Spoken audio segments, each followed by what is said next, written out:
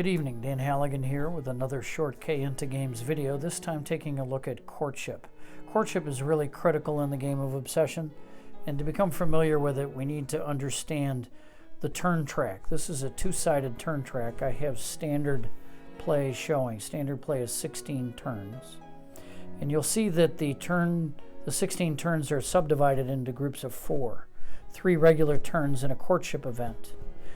I call these seasons. So season 1 would be these first 3 regular turns followed by the first courtship event.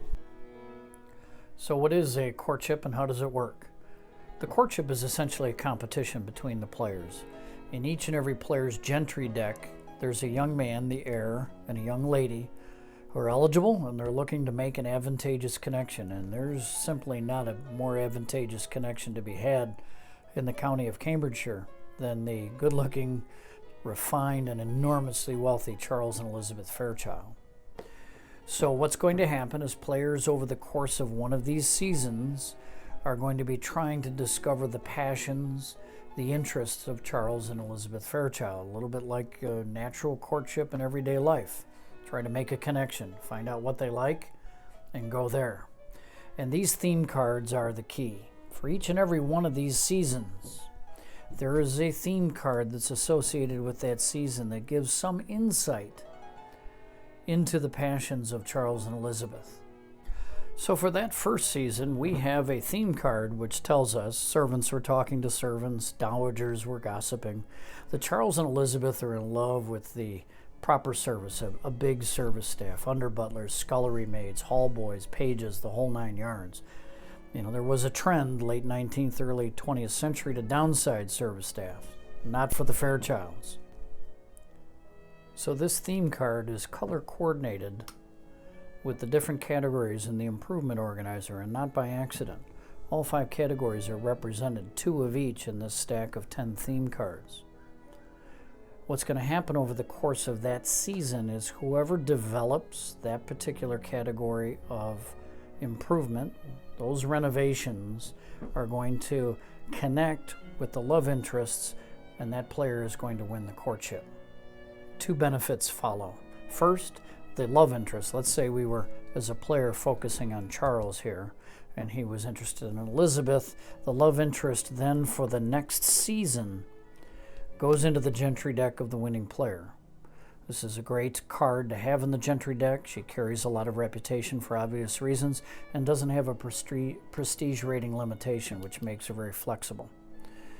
Secondly, that winning player would get a victory point card. Now, victory point cards contain victory points or favor, if you want to trade away the victory points for a favor at any time during the game. Some cards will also have just an amount of victory points.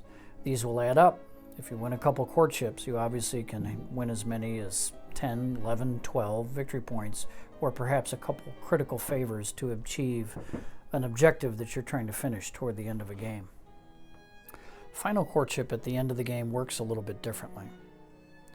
So if we take a look at what our first courtship was, is we had the Asquith winning that courtship, Elizabeth Fairchild coming and joining the gentry deck for the season.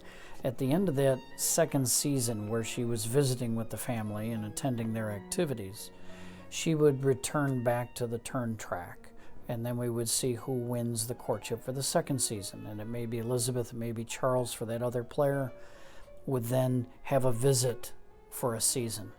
Final courtship, whoever wins the final courtship, Charles or Elizabeth stays in the gentry deck of that player for endgame scoring. And you can see that there's a very generous 8 victory points associated with Charles and Elizabeth staying put in that gentry deck. But also, we're going to take all the information we learned about the passions and interests of the love interest over the full course of the game. In that first season, we learned about their interest in a large service staff. Let's jump ahead. In the second season, we would have learned about their love of prestigious living. In the third season, lo and behold, we would find out that they really love a large service staff. What this serves to do is this serves as a point of emphasis. In our fourth, on the last courtship, look, we would have a focus on a large service staff and prestigious living. That means that these two categories would be totaled up at the end of the game, because in the end of the game we're going to take into account these three. At the end of the first season we're only looking at service. At the end of the second season we're only looking at prestige. Third season we're back only looking at service. The last season we're looking at all four of these. So we would total up these two categories in the improvement organizer, the victory points associated with those renovations, and we would double them, because here there's an emphasis of 2 of each card, and that winner would then get the love interest in their Gentry deck for final game scoring, and they would also get another victory point card. A thing to note, even though we're totaling up physical renovations in order to determine whether or not we're sort of appealing to the love interests, it really is about a style of living more than it is about the physical structures. Yes, you're making certain renovations to the country house in order to appeal to Charles and Elizabeth, but that's because of the activities and the lifestyle that flow from those renovations, mirror their interests. Yes, that's calculated. Yes, that's Victorian courtship.